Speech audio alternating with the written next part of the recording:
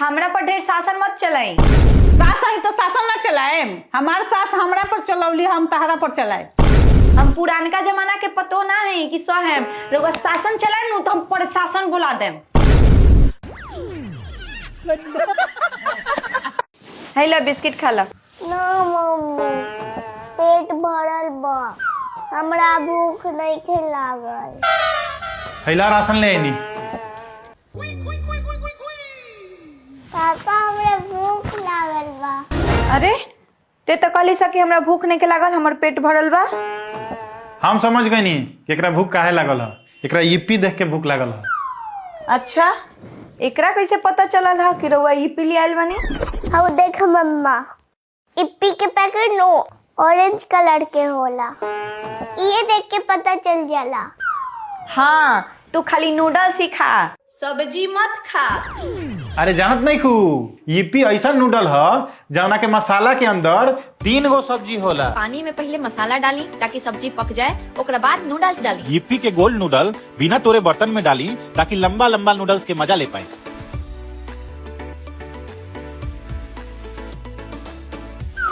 Mummy, ये तो बहुत टेस्टी बा। ऐसा लंबा लंबा नूडल्स के सुडूक करके खाए के मजा ही कुछ और बा। ई मजेदार ईपी मैजिक मसाला नूडल 5 रुपया में सिर्फ और पेट भर दी, वो भी 3 गो भेजीज के साथ। पता बा एक अलग अलग रेसिपी भी बना सकत तनी सन, जैसे कि ईपी पकौड़ा, नूडल्स पुला, ईपी चीज ब्रेड पकौड़ा और चटपटा भेल। अरे वाह, अब से ईपी नूडल्स ही मंगावल जाई, इहे बेस्ट बा। ए जी जानता नहीं एगो बात, 1 सप्ताह पहले नु बगल वाली भाभी गई रही सोनपुर मेला घूमे, अब भुला गईली मेले में। भाई साहब खोजत रहलन, तो पुलिस नु भाई साहब से पूछलक कि रउर मेहरारू कौन कलर के साड़ी पहनले रहली ह, कोनो चिन्हासी बताई, तो इनका यादे ना रहे। कैसन हस्बैंड बान तुमको याद ना रहे? ब्लू कलर के साड़ी पहनले रही, 4 गो बाला लाल कलर के हाथ में रहे, 4 गो बाला लाल कलर के हाथ में रहे, माथा पर बिंदी लगेले रही ब्लू कलर के मैचिंग साड़ी से, गुलाबी कलर के लिपस्टिक लगेले रही, कान में बड़का बड़का झुमका पहनले रही। कैसन उमरत बान तुमको कुछ याद नहीं खे? कल हम कौन कलर के साड़ी पहनले रहनी? तू का पहनले रहू? मतलब 1 सप्ताह पहले के बात याद बा कि उ का पहनले रहली, हम कल का पहनले रहनी याद नहीं। आज तक रउआ बुद्धि ना भाई कि भींगल तौलिया बिछाना पर ना रखे के चाहिए। रउआ माई बाप कुछो नहीं खे सिखौले, 1 नंबर के गधा बानी रउआ, गधा। ऐसा परिस्थिति में इंसान भी 2 गो रास्ता होला। पहिला तो तोहरो माई बाप कुछ नहीं के सिखैले, आ तू कह दही बारू। हमरा के रउआ ऐसे बोलतानी? हाँ, हम ई घर में अब एकदम ना रहम। जा निकलो, भागो भागो। रहस अपन अकेले, बहुत बोली निकलता नु। जा। बाद में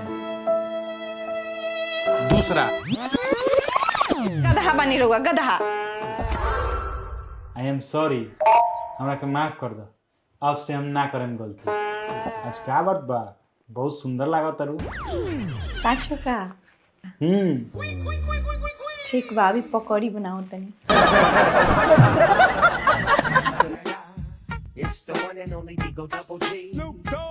पहले के जमाने के बच्चे। कनिया दो बबुआ के हम रखत तनी, तू जा खाना बना लो। ठीक बा मम्मी जी। अब के जमाने के बच्चे। मम्मी जी बउआ के संभाली ना, हम जाता नहीं खाना बना लेवे। ना ना, तू ही संभालो अपन बेटा के, हमरा से ना संभराई, हम जा तनी खाना बना लेवे। काहे खिसियाल बरू हो? काहे ना खिसियाई, हमरा के कहियो घुमावे ले जानी रउआ? घूमे जाके बता रहा। हाँ, हमरा आज बड़का मॉल घूमे के बा। मॉल घूमबू? चलो घुमा दी तरह के, चलो। A few moments later. ए जी हम ना आएम। आवा ना ऊपर, तू ही नु कहलुआ कि मॉल घूमे के बा। हमरा डर लागता, चली घरे, हम मॉल ना घूमेम। बड़ा अच्छा लागता। बाप रे बाप, ई कपड़ा देखतिया, लगता कि ढेर खर्चा कराई। कहाँ गइला नी? इहो ले लेता नी, इहो बड़ा अच्छा लागता। आज कुछ हो जाओ, इनका तो भेटाएम ना। हमू बचपन में लुका छुपी में माहिर रहे, हमरा के ना ढूंढ पाइया। ए इतना देर से कहाँ रहनी है? हम सब पसंद कर ले बानी, चली खरीदी। बाप रे बाप, रोड कितना कपड़ा रखा, फिचत फिचत हाथ दुखा गल हमर। हमार कपड़ा फिसलू का? हाँ काले जोन पहनले रही ऊ ना फिसलू ह। खींच देनी हो। ओए पैसा रल पागल कहाँ बा? चलो एकदम तू पागले बनी। बताओ तो नोट भीज गई हुई, पैसा कहाँ गई? हमका जानी, गल गइल हुई। का हो कनिया, तू नैहर में कुछ लुड़गुन ना सीखलू। आजकल लड़की कितना सीखत है, सिलाई, बिनाई, कढ़ाई, पेंटिंग। ऐसन बात नहीं है मम्मी जी, मेकअप करे के कोर्स कर ले बानी। हाँ? तो तनी हमर मेकअप कर दे ना। ठीक बा, रुकी अभी मेकअप किट लिया हुआ तनी।